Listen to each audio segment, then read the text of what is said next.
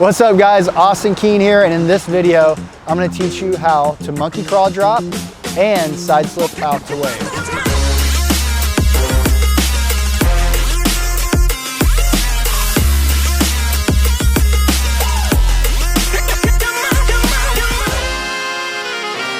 I'm gonna teach you a couple little special tools right now and how to skimboard a little bit further out, get that distance and reach waves right now.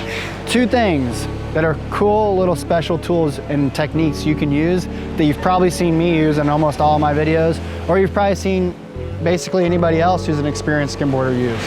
And one of them, which is a little bit more specialized to me and my style, which is something I started when I was very young, is the monkey crawl method. You're basically placing the board down and crawling onto the board rather than dropping it and stepping onto it, okay? I'm gonna teach you how to do that. And another little tool I'm gonna teach you how to basically plane out and reduce your drag is a side slip method. And it's something you'll see a lot of professional skimboarders do. Pretty much everybody does it. And you might even start doing it without even realizing it. And it's basically when you turn your board sideways and you're using the flattest part of your board to reduce that drag and almost skip across like a rock. But a lot of people do this and they don't do it correctly. So I'm gonna make sure you guys understand how to do it correctly so that it's actually working for you. Because you may be turning your board sideways, but you're still dragging on that tail, okay? Before watching this video, if you haven't watched the one-step method, make sure you go watch that, because that's gonna be the foundation to basically skimboarding, and that timing of the one-step method is gonna help you with the monkey crawl method, okay? You're still gonna do that arm swing like we talked about in the one-step method video. You're still gonna get on back foot first like we talked about in the one-step video. The only thing you're doing differently now is you're putting the board down and kind of flattening your hands out right when you get on, and then basically crawling on it like a big old monkey, okay? That's why we call it the monkey crawl.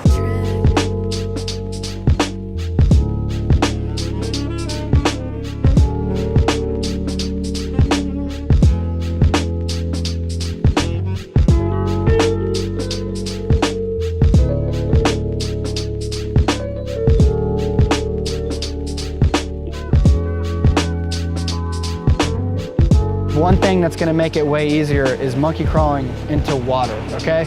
Don't try to monkey crawl right on the sand. I don't even monkey crawl on the sand. There are maybe a few people out there who are monkey crawlers that do monkey crawl right onto the sand.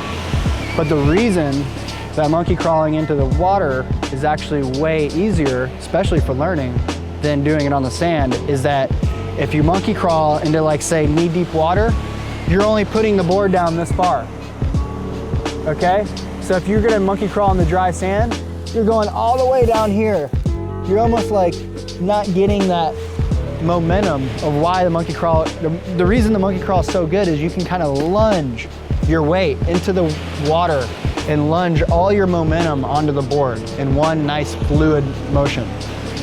It's really good to know how to monkey crawl, because if you can do it right in one fluid motion, you can get one step deeper into the water.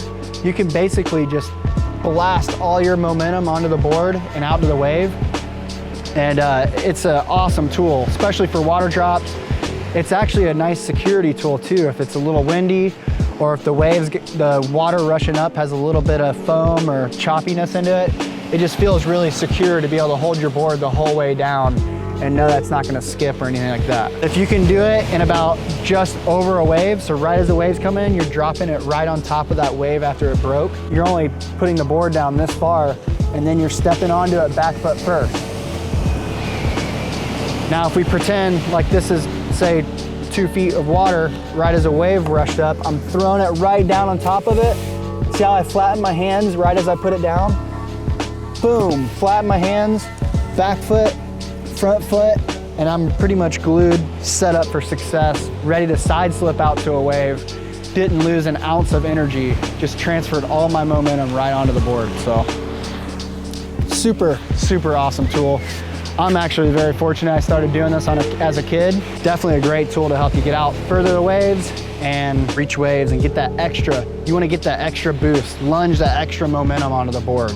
It's an excellent tool for that. So another cool tool, in addition to the monkey crawl, which we're gonna demonstrate that monkey crawl one more time in a minute, but another cool tool to incorporate that you're probably already doing, you've seen all the pro skimboarders do it, you might have already been doing it on accident, is a side slip, okay? But I wanna make sure that you're doing it correctly because a lot of people turn their board sideways and it's not helping them, okay?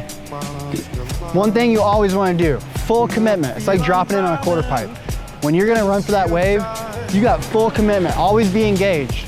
Don't just kind of wait to see if you're gonna make it out to the wave. No, you need to like be engaged, full momentum going forward. And that you need to apply that same attack to side slipping. And what the side slip is after you've gotten on your board and you got some distance in between where you got on your board to where the actual wave is, how are you gonna get through all that deep water?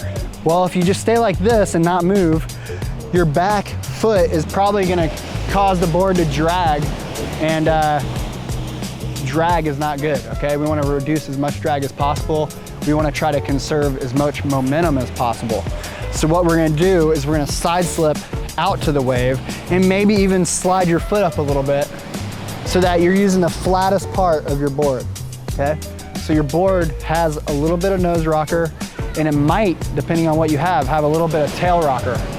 Either way, you wanna take all that weight that you have in your back foot, which is basically your control, your steering wheel in skimboarding.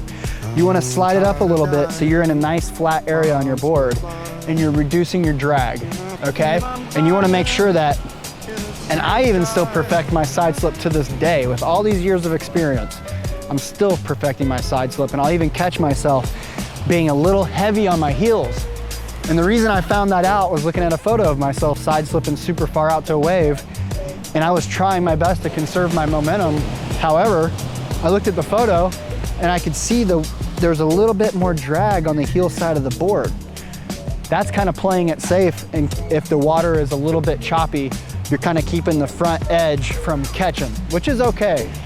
But if you want full commitment and you want to go the distance in some nice glassy water, you want to make sure that you got your feet in the center part of the board, nice solid stance, and you just want everything to be a straight line down so you're not too heavy on the toes, catching the front side rail and nose diving, or be too heavy on the heels where you're just dragging on the heel side. So just to show you, boom, and then you can kind of make your turn. You can slide your foot back. So with skimming, you're gonna be moving your feet around a lot, you know? Your board is your steering wheel. Where do you wanna steer from, okay?